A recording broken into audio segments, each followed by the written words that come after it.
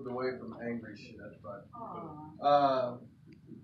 this one I still do because it's still relevant. This is Orlando Suite. This is a requiem for 49 brothers and sisters.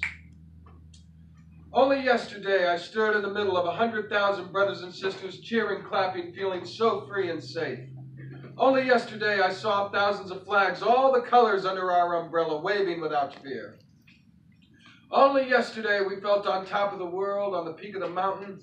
Now our eyes stream to clean the blood off the bar, streams running down the hearts of our nation, cleansing this river of hate that still cuts through our lives, that still cuts down our lives. Only yesterday we cheered, now we mourn, and tomorrow we reorganize. A family together, undeterred, still marching forward. Casting your vote on a Saturday morning for a plank that still calls us immoral, that still wants us to be pushed back down in the eyes of the law. But you still take a moment to offer your thoughts and prayers to our siblings in Orlando shot dead on the dance floor. Pounding your good book on Sunday morning, saying it tells you to see us as depraved and inhuman. It tells you to keep us in our cage. But you still take a moment to offer your thoughts and prayers to our siblings in Orlando shot dead on the dance floor. Cashing your checks on Monday morning, drawn from donors who sing to their credit card number. Once you said you would defend the traditional family from the likes of us. But you still take a moment to offer your thoughts and prayers to our siblings in Orlando shot dead on the dance floor. The blood of our brothers and sisters drips out of your clasping hands. A sister tells the world, I am sad and angry and tired, but the solution is not to hide, to live in fear. This is not the American way. This is not the human way. I am done hiding and I am done being afraid. I am an American. I am bisexual and I am ready to fight. A sibling sends a transmission. I want my revolution and I want it now. I want to take to the streets and demand justice. The next extremist fuck that wants to take a life can come for mine.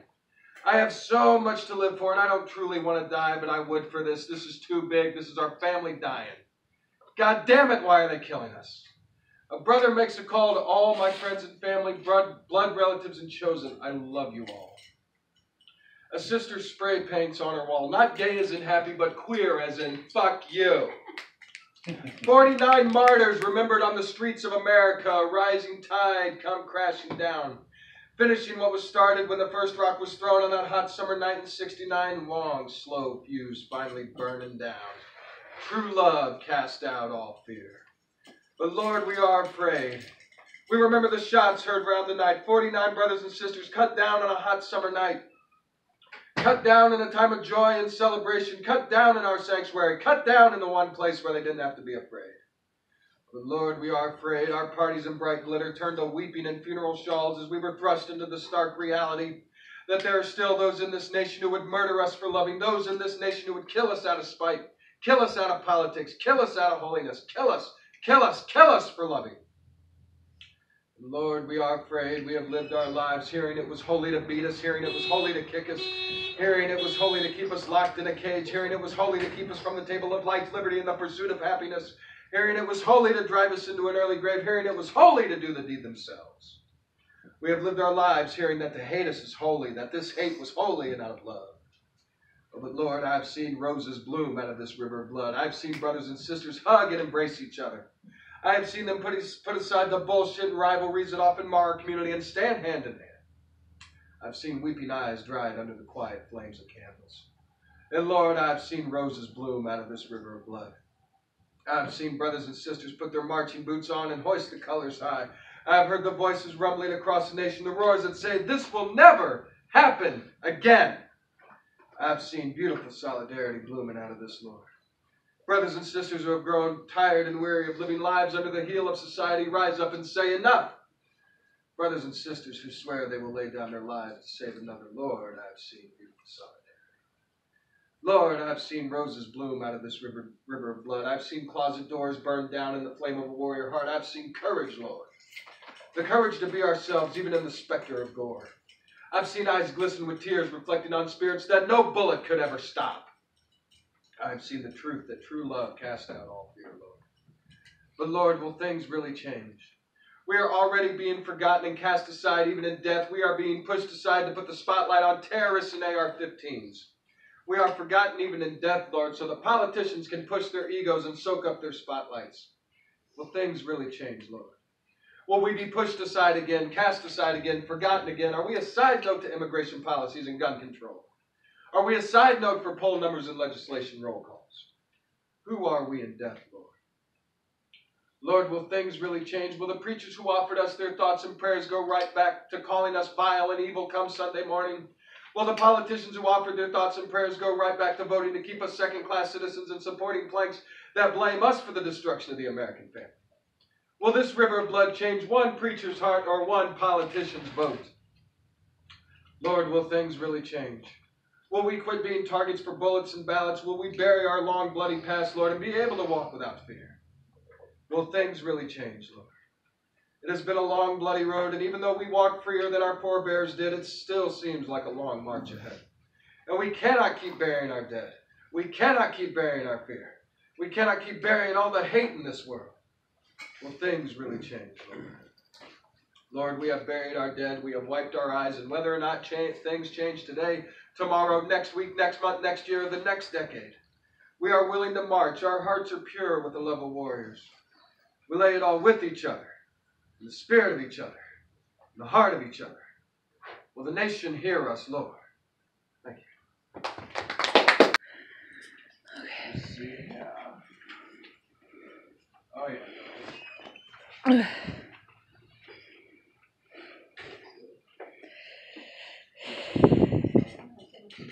Oh, cool.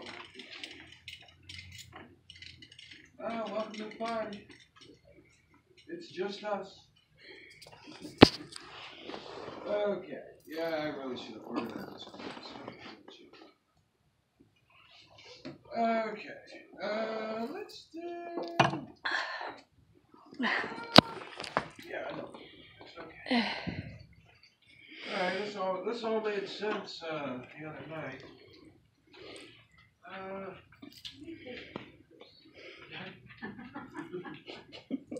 Oh, you know what? Here, let's move to this one. This one's kind of a funny one. Actually, I have a really funny story with this one here. Okay, so as most of you know, I work as a substitute teacher. Yeah, I know, isn't that right? I'm sorry, every time you say it.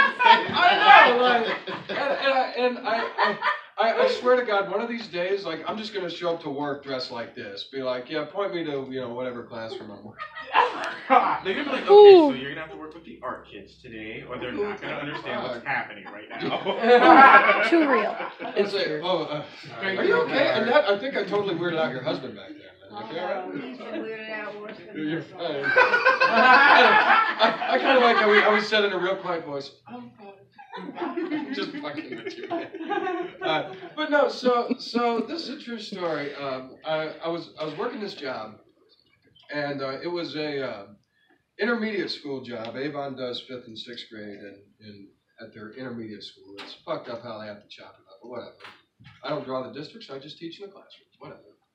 So I showed up, and I had on a nice pair of trousers and, a nice button-down Hawaiian shirt. I didn't wear a tie because it was Wednesday before break. I don't like wearing ties on Friday. I had on some earrings. I mean, not jewelry like this, but shit. So, I go in to sign in, and the principal, whom I knew, he was my 8th grade science teacher, hated me back then, too. He comes up to me, he's like, hey, can I talk to you for a minute? I'm like, yeah, man, what's up? So we step back in the office, I'm sitting there, and he's just glaring at me, right? And I'm thinking, okay, do I have a booger hanging out of my nose? Like, is my fly undone and you didn't want to tell me in front of the secretary? What? And he says in the most condescending voice I've ever heard in my life, do you think you look professional? What? I didn't know what to say. I'm like, oh, I'm wearing a nice trousers button. Like, okay. And he's like, and I asked him, I was like, well, what's the problem? He wouldn't tell me what the problem is, right? He's just going, do you think you look professional? I'm thinking, just tell me what's wrong, douchebag.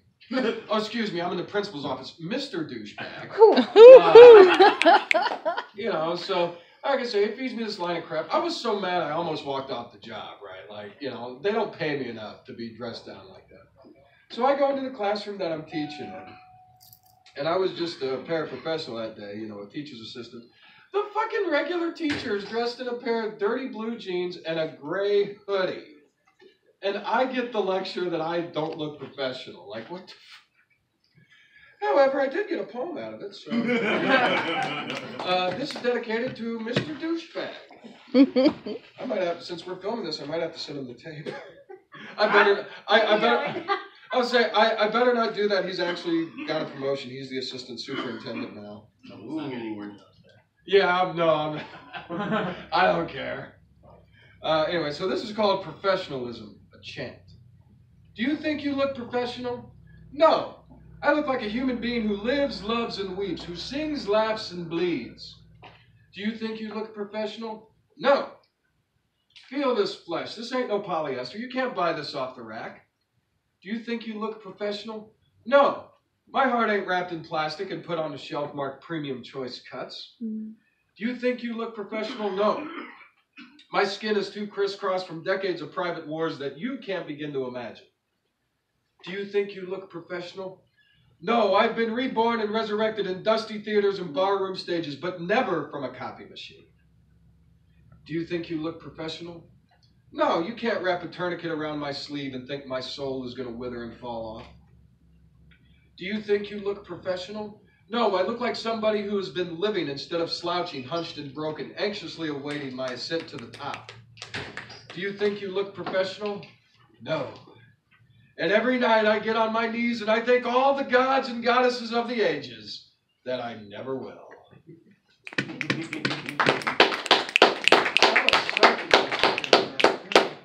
Okay. Cher, just how many inches do those heels add, actually? Do what? How many inches do those things actually add? Oh, these are 6-inch platforms, Chief. So instead of being 6'2", they are now 6'8". Oh, it was funny when Still shorter than when Annette first got here, she was like, "Let me get a picture," and you know, she stayed up next to me to get a photo, and she's like, "Fuck, I'm nothing now." She didn't really say that. I'm paraphrasing it. The Cher filter. Shoulder. It's quite a contrast. Oh.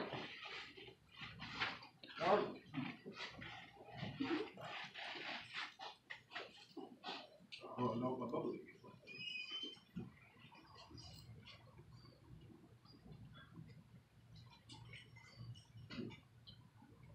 Alright.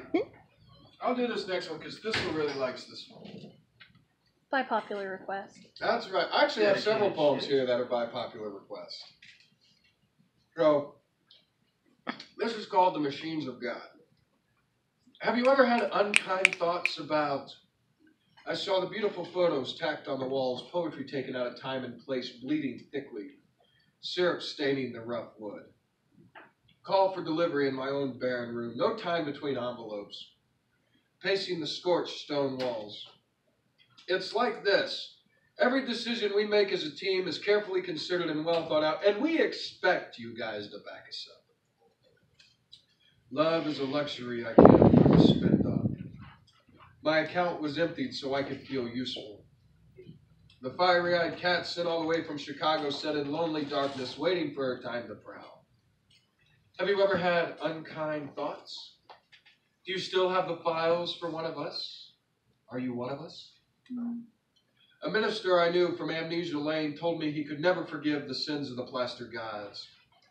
I was shown 2 high-contrast black and white photographs, long-timers laying in the dirt road. It was truly a professional shot. Have you ever had thoughts?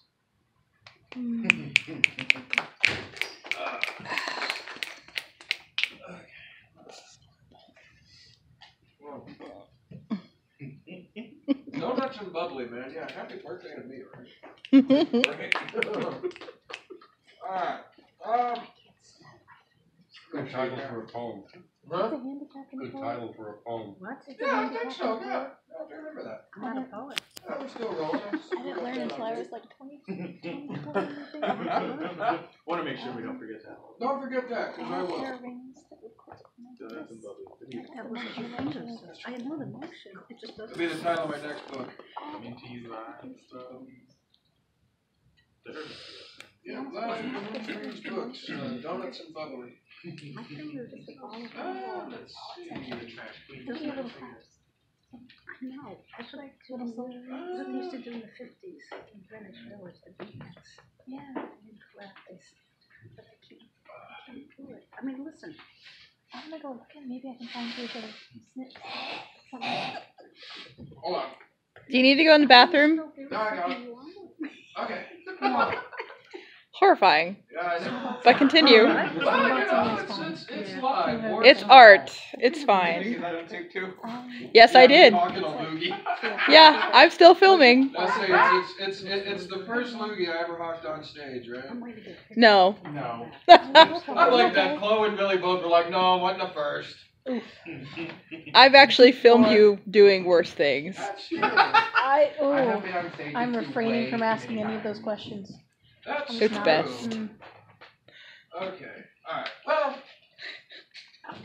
I'll do this one. I should have probably done this one as the opener, but I didn't have. This is Old Shit. Old shit! Actually, I had this one first published 7 years ago. Holy crap. Whew. Publish it. So, yeah, this is published ancient shit. Ooh. But it's one of the few old ones I still keep in the set list because, you know, this is really good. This is called Hopes of a Young American Poet. I want poetry to be reborn in this country. I want poetry out of the halls of academia and back on the streets. I want it dripping not just from the tongues of professors, but from the tongues of people. Ordinary people, unusual people, young people, old people, and the middle people. I want it scribbled not just in notebooks, but in public bathroom stalls, carved into the sides of park benches, spray painted on back alley walls.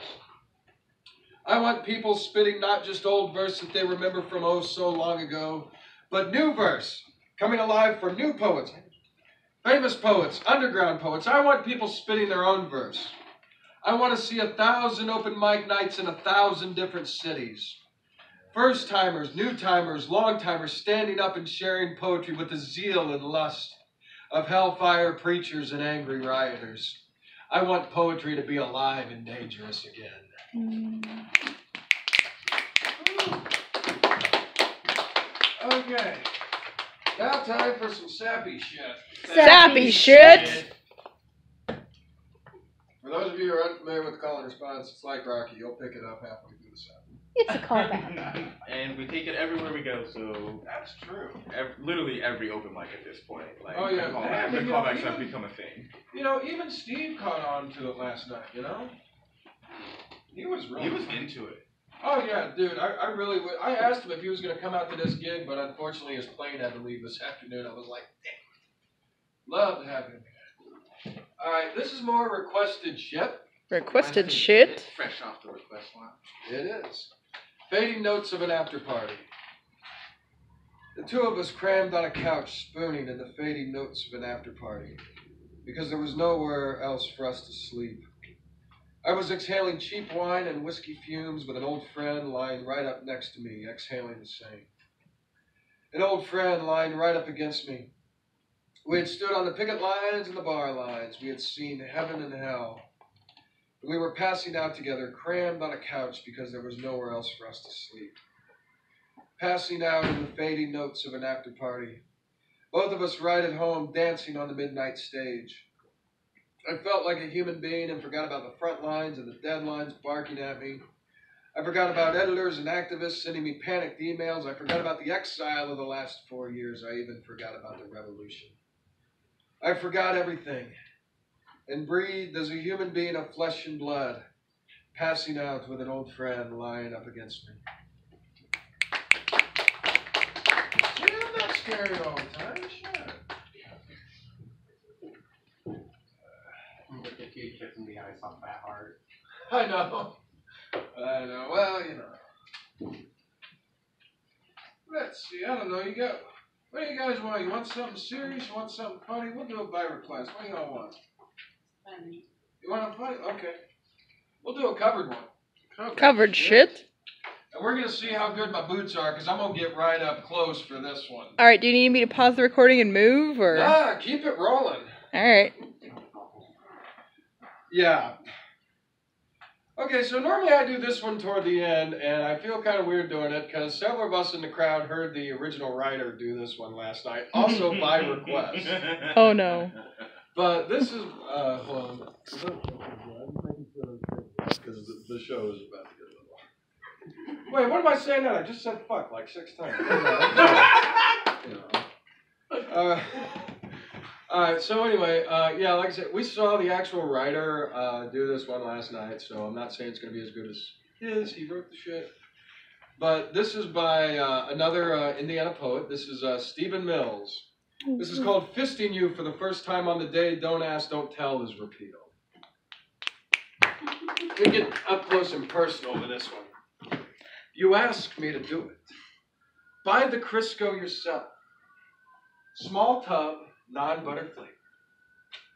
You come home to me in bed, willingly nervous.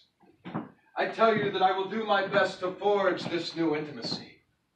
You can't go back once you've had your whole fist inside someone. I remove my ring, the one you bought me to prove how much you love me, want to be with me. Our attempt at normalcy. I strip off my clothes, lay a towel on the bed, and then we begin the art of manipulating space. Fists are really made for punching holes in the walls, which we've never done. Not even in our biggest, most brutal fights. Though there is that dent in the wall by the bed from the night you pounded it so hard because the bear who lives next door was having one of his Mamma Mia sing-alongs at 3 o'clock in the morning. But I don't even think you used your fist to make that dent. Probably just the palm of your hand, which I'd used to slap you. Punching seems so serious. Yes, fists are made for punching other boys in the face, stomach, arm. But even those fists we've avoided, both never having been in an actual fight with grunts, blows, and blood. Boys will be boys. It seems as if our fists were meant for a greater purpose, a more challenging one, the gentle stretching of a lover. We are not the same as boys who knock holes into walls and faces. Boys who can control their obsession with everything, ending in destruction. This is about connecting my body to yours. Halfway in, I ask how it feels. Your eyes tell me you're hungry for the adventure of it, for the story we will share with friends over brunch or drinks. And we will laugh, smile, hold each other's hands as we tell it.